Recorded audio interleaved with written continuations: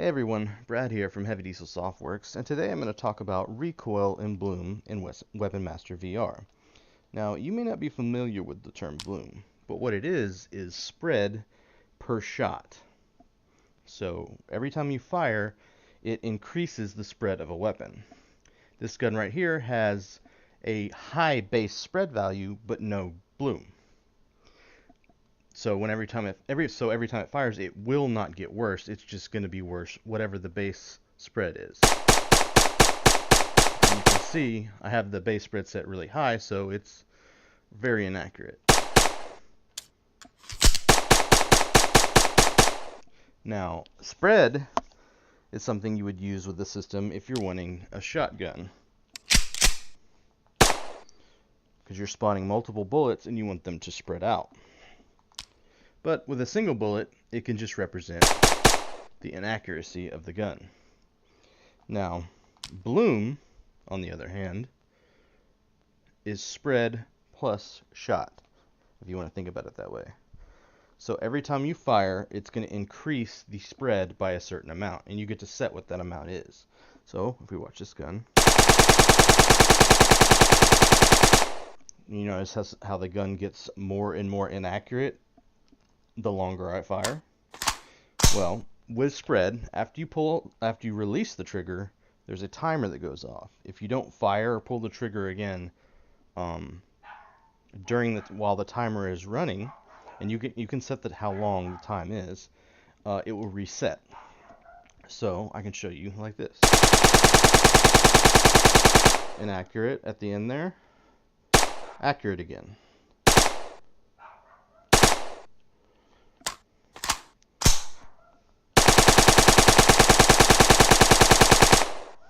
If you've ever played the Halo games, which I know many of you have, bloom is represented in those games by the actual bloom of the reticule. And it's just an inaccuracy as you hold down the trigger. This works with single fire as well. So if I pull the trigger really quickly, you'll notice that it will get more and more inaccurate. But if I go back and I wait a second. Now I have these variables set to emphasize this, but in a normal game, when you're trying to control a gun, you'll be doing both bloom and recoil. Or if you just want to use bloom, you can just use bloom, or you can just use recoil. But generally, let's go back to fully automatic. It's used to sort of train people or to put an emphasis on firing in bursts, which is a bit more realistic. Alright, now that's bloom. Let's move on to recoil. This gun has a high recoil value, but zero, I guess you could call it travel. So recoil is the rotation value. So if you watch the gun, got a chamber around, you can see it recoiling, but it's not moving back at all.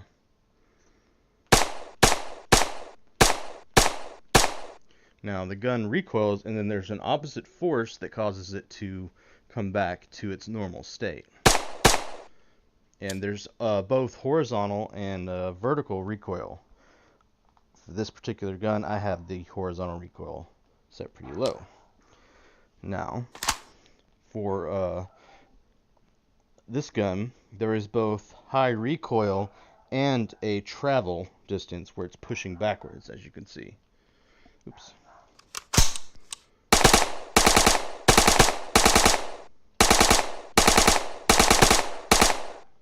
Alright, and the value of recoil can be set, and when I get the stabilization done, when you have your hand up here, it will lower the total recoil and the pushback of the gun.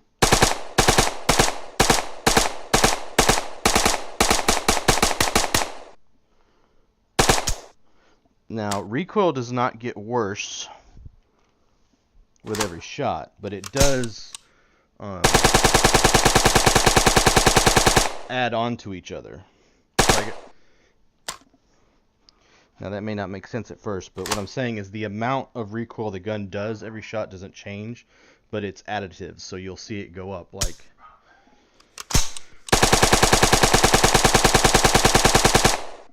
that. So that is both recoil and bloom. The next video should be covering the stabilization system, which I should have done sometime this weekend. So look for that about Monday-ish. And until then, hope y'all have a great weekend. Thanks.